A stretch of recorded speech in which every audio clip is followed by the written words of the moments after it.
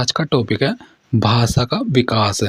एक नवजात शिशु की सबसे प्रमुख समस्या यह होती है कि वह अपनी इच्छाओं तथा जरूरतों को दूसरों तक भाषा द्वारा नहीं पहुंचा पाता तथा दूसरों के शब्दों एवं हाव भाव को वह ठीक से नहीं समझ पाता। परंतु यह समस्या तेजी के साथ प्रारंभिक वर्षों में भाषा का विकास के साथ समाप्त हो जाती है। प्राक भाषा की अवस्था में बालक अपनी संचार आवश्यकताओं की अभिव्यक्ति निम्नलिखित चार प्रकार से करता है। पहला है रुदन। फर्स्ट है रुदन नवजात शिशु का पहला स्पष्टीकरण है जिसे आपात श्वसन कहते हैं। कु इंग एम बल बलाना से पूर्व शिशु द्वारा घुटने वाली ध्वनियाँ प्रकट की जाती है जिसे घुटकना या कुइंग कहते हैं। कुछ समय बाद घुटकने वाली ध्वनियाँ स्वयं समाप्त हो जाती है अर्थात बलाना में बदल जाती है। हाव भाव शिशु द्वारा शरीर के अंगों द्वारा की गई क्रियाओं से भाषा का आभास होता है। सामवेगिक अभिव्यक्ति मनोवैज्ञानिक अध्ययनों से यह स्पष्ट हो जाता है कि सुखद संवेग का शिशु सुखद स्पष्टीकरण जैसे घुटकना, हंसना, अपनी बाहों को फैलाना तथा दुखद संवेग को शिशु सदन तथा तुनकना आदि द्वारा व्यक्त करता है। यह स्थिति 12 से 9 महीने के शिशुओं में देखने को मिलती है। शिशुओं में भाषा विकास निम्न अवस्थाओं से होता है। फर्स्ट है दूसरों की भाषा को समझना। सेकंड है शब्दावली का निर्माण करना। फिर है थर्ड शब्दों का वाक्यों में संगठन करना। फोर्थ है उच्चारण की शुद्धता। फिफ्थ है भाषा विकास पर स्वामित्व प्राप्त करना। भाषा विकास का सिद्धांत प्रतिपादक है A.N. चोम्स्की। इस सिद्धांत के अनुसार भाषा सीखना जन्मजात प्रवृत्ति पर आधारित है।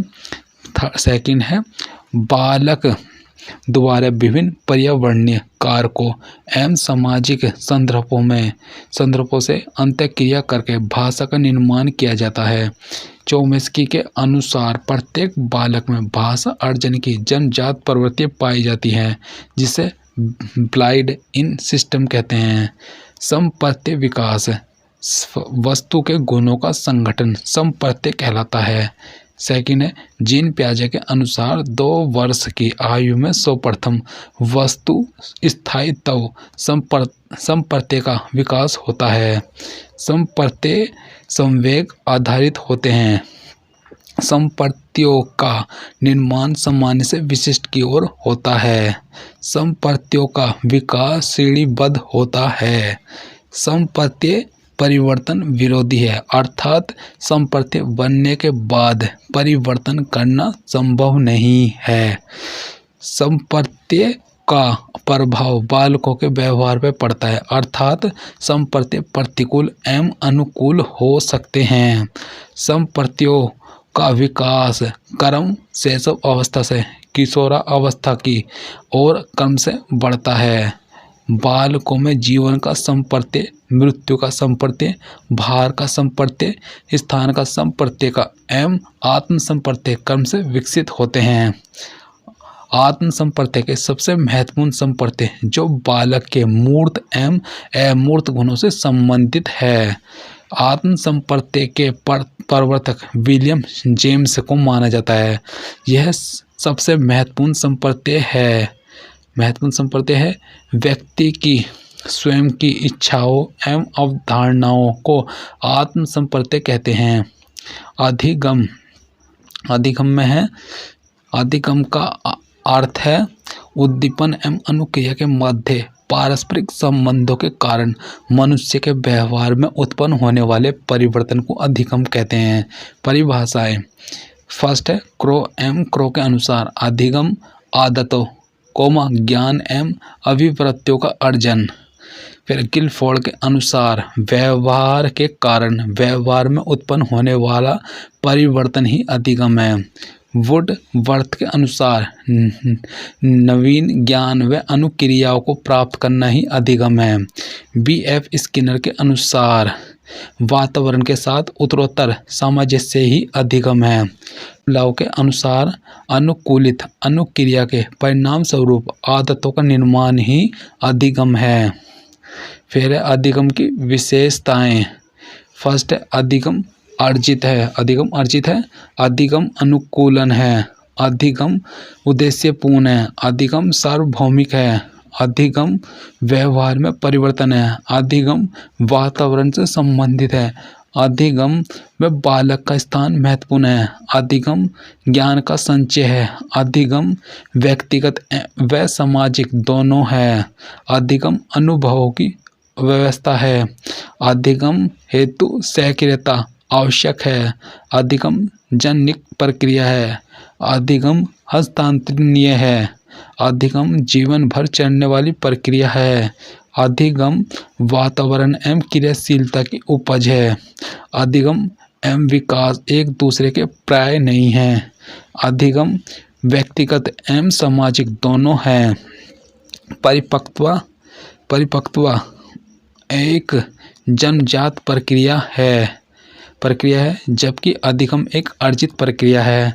परिपक्वता की प्रक्रिया में अभ्यास का महत्व नहीं होता जबकि अधिगम में अभ्यास एक महत्वपूर्ण कारक है। फिर परिपक्वता की प्रक्रिया एक सामान्य प्रक्रिया है जबकि अधिगम एक व्यक्तिगत प्रक्रिया है। अधिगम की प्रक्रिया परिपक्वता पर निर्भर करती है जबकि परिपक्वता की प्रक्रिया अधिगम पर नहीं।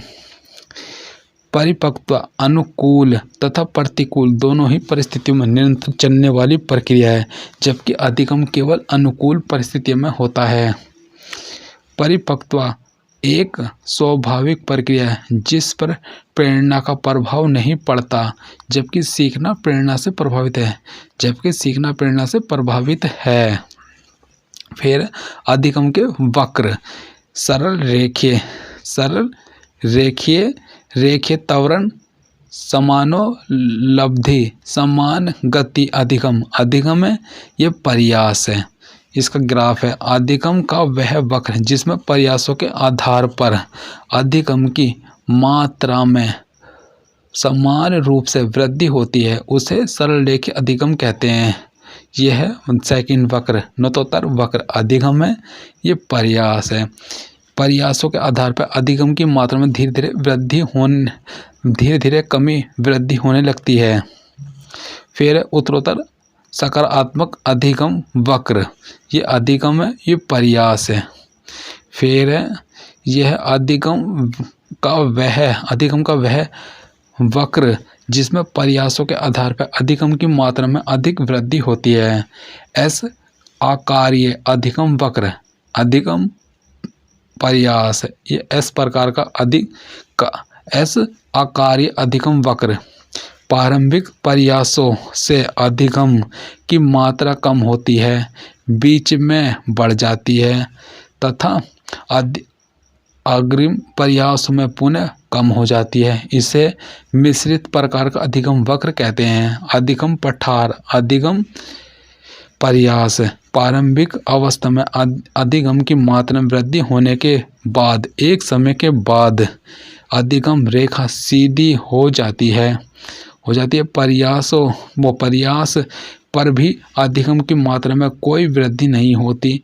इस क्रिया को अधिगम का पठार कहते हैं। अधिगम स्थानांतरण के प्रकार सकारात्मक धनात्मक स्थानांतरण पूर्व अर्जित ज्ञान के कारण वर्तमान में कोई कार्य करने पर सहायता मिलती है तो वहाँ सकारात्मक स्थानांतरण होता है।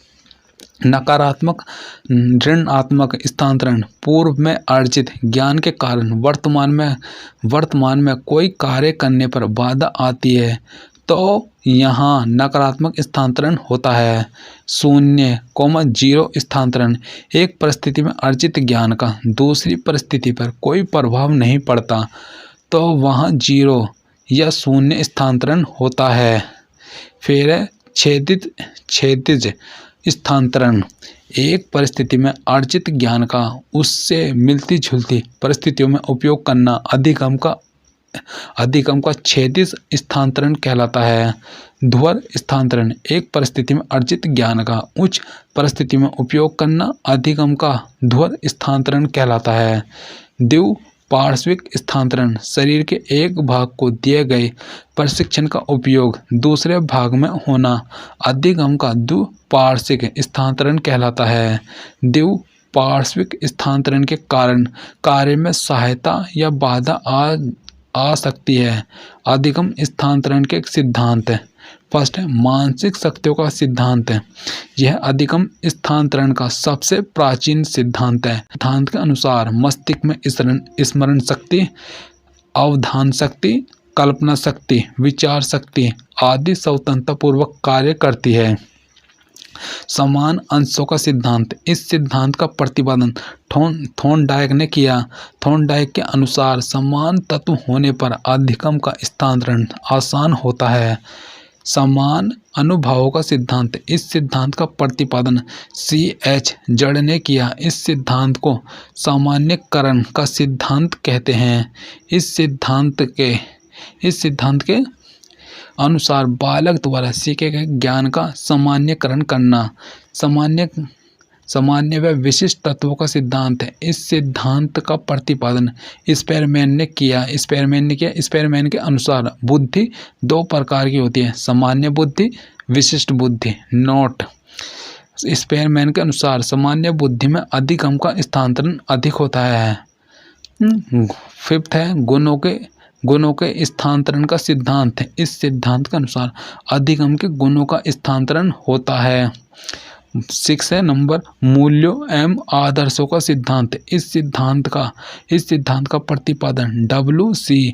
वागले ने किया। इस सिद्धांत के अनुसार मूल्यों तथा आदर्शों का एक परिस्थिति से दूसरी परिस्थिति में स्थानांतरण होता है। अधिगम विधियाँ। अविराम विधि। बिना विराम के किसी पाठ का या कार्य को सीखना। विराम विधि। छात्र थोड़ा विश्राम देकर किसी कार्य या पाठ को सीखता है। पूर्ण विधि। जब छात्र किसी विषय को प्रारंभ से अंत तक पढ़कर सीखते हैं अर्थात जब छात्र सामग्री को एक साथ याद करते हैं तब उसे पूर्ण विधि कहते हैं। अंश विधि। जब सामग्री को अंशों में विभाजित करके याद किया जाता है उसे अंश या आंशिक विधि कहते हैं। पूर्ण विधि से कई बार जब छात्र को पाठ याद नहीं होता तब उनमें असफलता और निराशा की भावना पैदा होती है, जबकि अंश विधि में अंशों में विभाजित करके याद करना आसान होता है। इस अंश विधि का सबसे बड़ा दोष यह है कि जब अंशों को जोड़कर याद करना हो तब समस्या हो जाती है। प्रगतिशील विधि।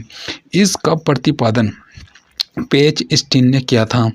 इसमें पहले 2 अंशों को याद करने तथा बाद में तीसरे चौथे को क्रम से याद करते हैं। A+B और A+B B+C। फिर है A+B B+C C+D। फिर इसमें समय तथा शक्ति अधिक लगती है। इस विधि का सबसे बड़ा दोष यह है कि प्रारंभिक सामग्री को सर्वाधिक बार तथा अंतिम सामग्री को न्यूनतम बार याद किया जाता है। संकलित विधि। जब सामग्री को एक साथ याद किया जाता है तब उसे संकलित विधि कहते हैं। वितरित विधि। जब सामग्री को बीच बीच में विश्राम देकर याद किया जाता है तब उसे वितरित विधि कहते हैं। अभिप्राय विधि। जब छात्र किसी विषय को निश्चित उद्देश्य या अभिप्राय के साथ सीखते हैं। प्रासंगिक विधि। जब छात्र किसी विषय को बिना किसी निश्चित उद्देश्य से सीखता है। प्रेक्षण विधि, नकल विधि। इस विधि के समर्थक अल्बर्ट बंडूरा है। बालक किसी प्रक्रिया को प्रेक्षण या अनुकरण द्वारा जल्दी सीखता है। इसे सीखने की प्रभावकारी विधि माना जाता है। विवेचना विधि, वाद विवाद विधि। जब छात्र द्वारा किसी विषय के गुण दोष का विवेचना करके सीखना, बालक किसी कार्य को स्वयं करके सीखता है। आवर्तीकरण विधि। जब बालक द्वारा किसी सीखे गए पाठ का मन ही मन दोहरान करना। पुनः निरीक्षण विधि। आवर्तीकरण विधि में बालक सीखे गए पाठ का दोहरान करता है, जबकि जरूरत पड़ने पर उसे पुनः देख लेता है, तब उसे पुनः निरीक्षण विधि कहते हैं। अधिगम के प्रकार। रॉबर्ट गेने ने अपनी पुस्तक द कंडीशन ऑफ लर्निंग में अधिगम के प्रकार बताए हैं। संकेत। फर्स्ट है संकेत। अधिगम। इस प्रथम स्तर पर बालक वातावरण के विशिष्ट उद्दीपकों के प्रति विशिष्ट अनुक्रिया करता है तथा वह वातावरण के संकेतों को ग्रहण कर अधिगम करता है। यह पावलोव के पारंपरिक अनुकूलन से संबंधित अधिगम है। सेकंड, उद्दीपक अनुक्रिया अधिगम। पुनर्बलन की उपस्थिति में जब उद्दीपक व अनुक्रिया के द्वारा जब नवीन क्रिया संभव हो जाए तो उसे उद्दीपक अनुक्रिया अधिगम कहते हैं। यह अधिगम थॉर्नडाइक एम स्किनर के अधिगम के सिद्धांतों से संबंधित है। श्रृंखला अधिगम। जब उद्दीपक व अनुक्रिया को लगातार एक क्रम में प्रस्तुत किया जाए तो श्रृंखला अधिगम उत्पन्न होता है। शाब्दिक साचार्य अधिगम। अधिगम के इस चरण में बालक शब्दों के मध्य संबंध स्थापित करके अधिगम प्राप्त करता है, जैसे कविता, गीत आदि। विभेदात्मक अधिगम। इस चरण में बालक समान पदों की पहचान करके उनकी अन्य पदों के मध्य अंतर एवं तुलना ज्ञात करना सीख जाता है, जैसे लंबाई व ऊंचाई में अंतर करना, भार व घनत्व में अंतर करना। संप्रत्यय अधिगम। इस चरण में बालक किसी एक संप्रत्यय की विशिष्ट विशेषताओं एवं गुणों की दूसरे संप्रत्यय की विशिष्ट विशेषताओं व गुणों के मध्य तुलनात्मक अध्ययन करता है। नियम अधिगम। इस अधिगम में बालक किसी एक नए इस अधिगम में बालक किसी एक क्षेत्र के नियम व सूत्र, सिद्धांत एवं समीकरण को सीखता है और नवीन परिस्थितियों में उसका पुनः प्रयोग करता है। साचार्य परिवर्तन अधिगम। इस अधिगम में अधिगमकर्ता सीखे हुए किसी दो या दो से अधिक नियमों, सिद्धांतों आदि की सहायता से नवीन ज्ञान, नवीन सूत्र, सिद्धांत समाज को प्रदान करता है, जो कि किसी समस्या के समाधान में सहायक होता है। आविष्कारक, वैज्ञानिक व प्रतिभाशाली बालक इस अधिगम का प्रयोग करते हैं। अधिगम के सिद्धांत। थॉर्नडाइक के अधिगम सिद्धांत को निम्न नाम से जाना जाता है। फर्स्ट है उद्दीपन अनुक्रिया सिद्धांत, संबंधवाद का सिद्धांत। थर्ड है अधिगम का बंध सिद्धांत। फोर्थ है प्रयास एवं त्रुटि का सिद्धांत। फिफ्थ है SR थ्योरी। थॉर्नडाइक द्वारा अपने सिद्धांत का प्रयोग भूखी बिल्ली पर किया गया।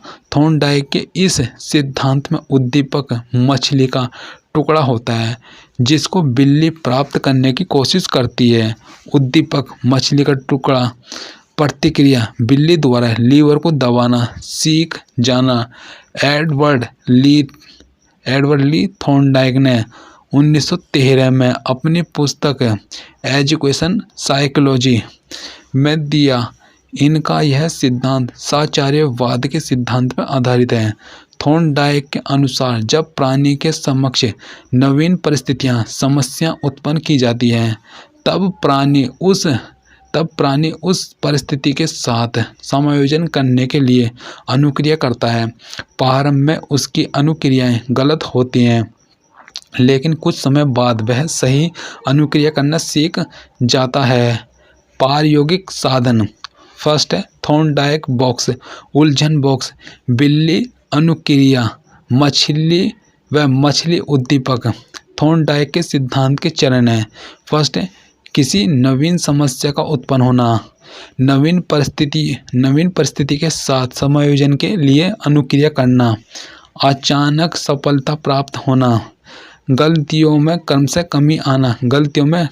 कमी आना, सीखने की क्रिया का स्थायी होना। फिर है इसका ग्राफ। ये थॉर्नडाइक की बिल्ली बाहर आने का प्रयास करती हुई। फिर थॉर्नडाइक के सिद्धांत का शिक्षा क्षेत्र में उपयोग। फर्स्ट है मंदबुद्धि बालकों के लिए उपयोगी, विज्ञान व गणित जैसे कठिन विषयों के लिए उपयोगी, छात्रों में धैर्य व परिश्रम के गुणों का विकास होता है। पुनर्वलन का महत्व, सिद्धांत की कमियां, दोष, अधिगम की धीमी प्रगति होती है। सेकंड है रटने की प्रवृत्ति पे बल सर्वाधिक दिया गया।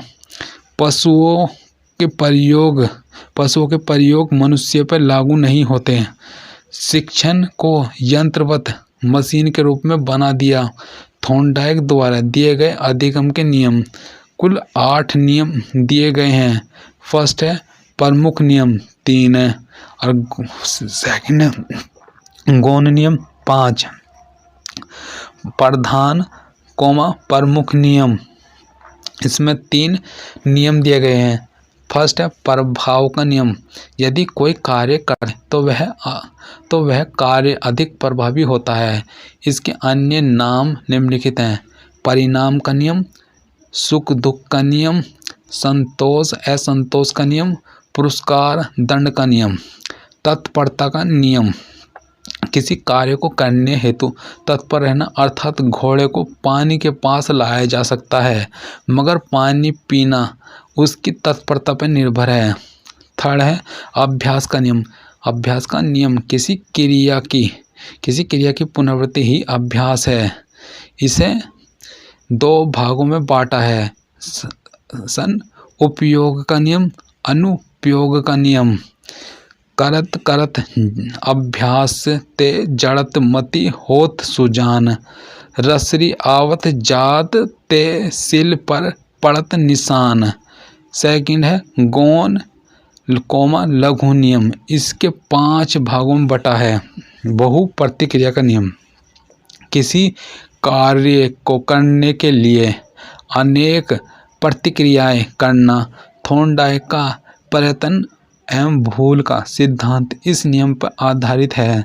सेकंड है मानसिक स्थिति या मनोवृत्ति का नियम, सीखने के लिए मानसिक रूप से तत्पर होना आवश्यक है।